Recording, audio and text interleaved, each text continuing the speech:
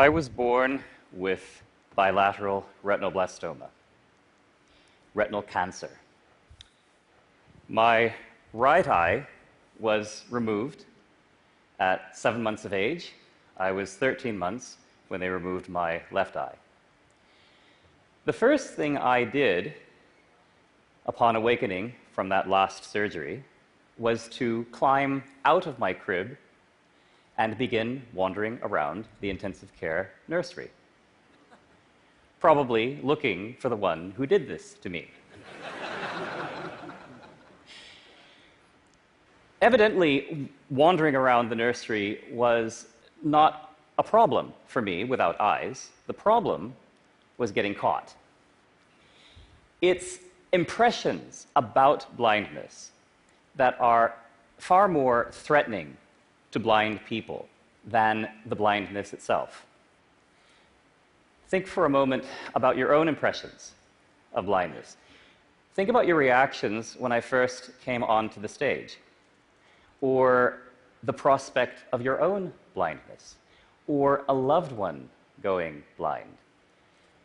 The terror is incomprehensible to most of us, because blindness is thought to epitomize ignorance and unawareness, hapless exposure to the ravages of the dark unknown.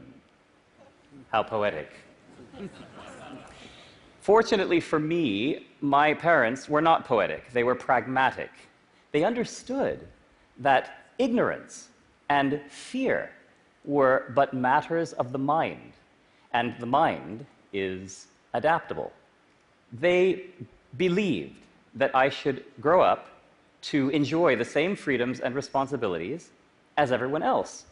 In their own words, I would move out, which I did when I was 18. I will pay taxes. Thanks. And they knew the difference between love and fear. Fear immobilizes us in the face of challenge. They knew that blindness would pose a significant challenge. I was not raised with fear. They put my freedom first before all else, because that is what love does. Now, moving forward, how do I manage today? The world is a much larger nursery. Fortunately, I have my trusty long cane, longer than the canes used by most blind people. I call it my freedom staff. It will keep me, for example, from making an undignified departure from the stage. I do see that cliff edge. They warned us earlier that every imaginable mishap has occurred to speakers up here on the stage. I don't care to set a new precedent. But beyond that, many of you may have heard me clicking as I came onto the stage with my tongue. Those are flashes of sound that go out and reflect from surfaces all around me, just like a bat's sonar, and return to me with patterns, with pieces of information, much as light does for you. And my brain, thanks to my parents, has been activated to form images in my visual cortex, which we now call the imaging system, from those patterns of information, much as your brain does. I call this process flash sonar. It is how I have learned to see through my blindness, to navigate my journey through the dark unknowns of my own challenges, which has earned me the moniker, the remarkable Batman. Now, Batman, I will accept. Bats are cool. Batman is cool. But I was not raised to think of myself as in any way remarkable. I have always regarded myself, much like anyone else, who navigates the dark unknowns of their own challenges. Is that so remarkable? I do not use my eyes, I use my brain. Now, someone somewhere must think that's remarkable, or I wouldn't be up here. But let's consider this for a moment. Everyone out there who faces or who has ever faced a challenge, raise your hands. Whoosh. Okay, lots of hands going up. A moment, let me do a head count. This will take a while. Okay, lots of hands in the air. Keep them up. Have an idea. Those of you who use your brains to navigate these challenges, put your hands down. Okay, anyone with your hands still up has challenges of your own. So we all face challenges, and we all face the dark unknown, which is endemic to most challenges, which is what most of us fear, okay? But we all have brains that allow us, that activate to allow us to navigate the journey through these challenges, okay? Case in point, so I came up here and they wouldn't tell me where the lectern was. So you can't trust those TED folks. Find it yourself, they said. So, and the feedback from the PA system is no help at all. So now I present to you a challenge. So if you'd all close your eyes for just a moment, okay? And you're going to learn a bit of flash sonar. I'm going to make a sound. I'm going to hold this panel in front of me, but I'm not going to move it. Just listen to the sound for a moment.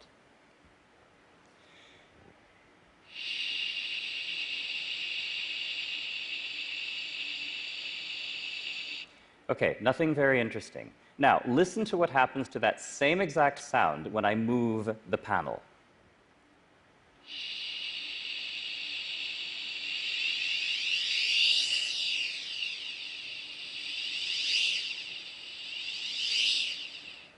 You do not know the power of the dark side.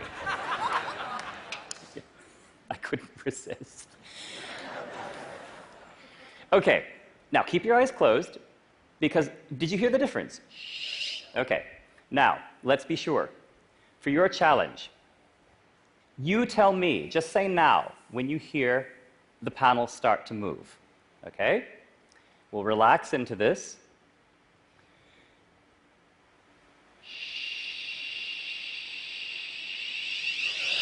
Good, excellent. Open your eyes. All right. So, just a few centimeters, you would notice the difference. You've experienced sonar. You'd all make great blind people. Let's have a look at what can happen when this activation process is given some time and attention. It's like if you guys can see with your eyes, and we can see with our ears. It's not a matter of enjoying it more or less, it's about enjoying it differently. Goes across. Yeah. And then it's gradually coming back down again. Yes. That's amazing. I can like see the car. Holy mother. Yeah, I know. No. We're passing a tree on the right. I think you're okay. I love being blind. If I had the opportunity, honestly, I wouldn't go back to being sighted. The bigger the goal, the more obstacles you'll face. And on the other side of that goal is victory. Stop. E allora? E allora? E allora? È stato bellissimo vederlo, Juan. Vieni. Now, do these people look terrified? Not so much. We have delivered activation training to tens of thousands of blind and sighted people from all backgrounds in nearly 40 countries. When blind people learn to see, sighted people seem inspired to want to learn to see their way better, more clearly, with less fear, right? because this exemplifies the immense capacity within us all to navigate any type of challenge, through any form of darkness, to discoveries unimagined when we are activated. I wish you all a most activating journey. Thank you very much.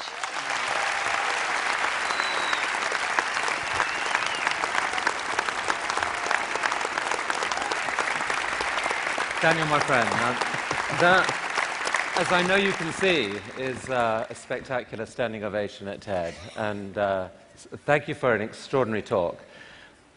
Just one more question about your world, your inner world that you construct. We think that we have things in our world that you as a blind person don't have. But what's your world like? What do you have that we don't have? 360-degree view. Okay, so my sonar works about as well behind me as it does in front of me. It works around corners. It works through surfaces. Generally, it's kind of a fuzzy, three-dimensional geometry. One of my students, who's now become an instructor, when he lost his vision after a few months, he was sitting in his three-story house, and he realized that he could hear everything going on throughout the house. Conversations, people in the kitchen, people in the bathroom, several floors away, several walls away. He said it was something like having X-ray vision. What do you picture that you're in right now? How do you picture this theater? Lots of loudspeakers, quite frankly. You know, it's interesting. When people make a sound, when they laugh, when they fidget, when they take a drink or blow their nose or whatever, I hear everything. I hear every little movement that every single person makes. None of it really escapes my attention. And then, you know, from a sonar perspective, the size of the room, the curvature of the audience around the stage, it's the height of the room. Like I say, it's all that kind of three-dimensional surface geometry all around me. Well, Daniel, you have done a spectacular job of helping us all see the world in a different way. Thank you so much for that, truly. Thank you. That was amazing. Thank you.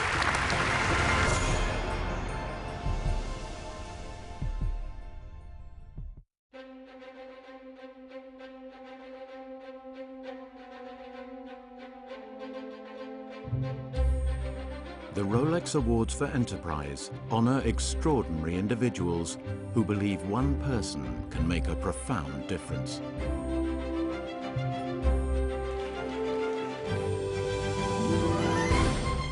Since 1976, Rolex laureates from all around the world have been exploring the unknown, fighting for the endangered, empowering the powerless, innovating the technologies of tomorrow, and preserving our collective past.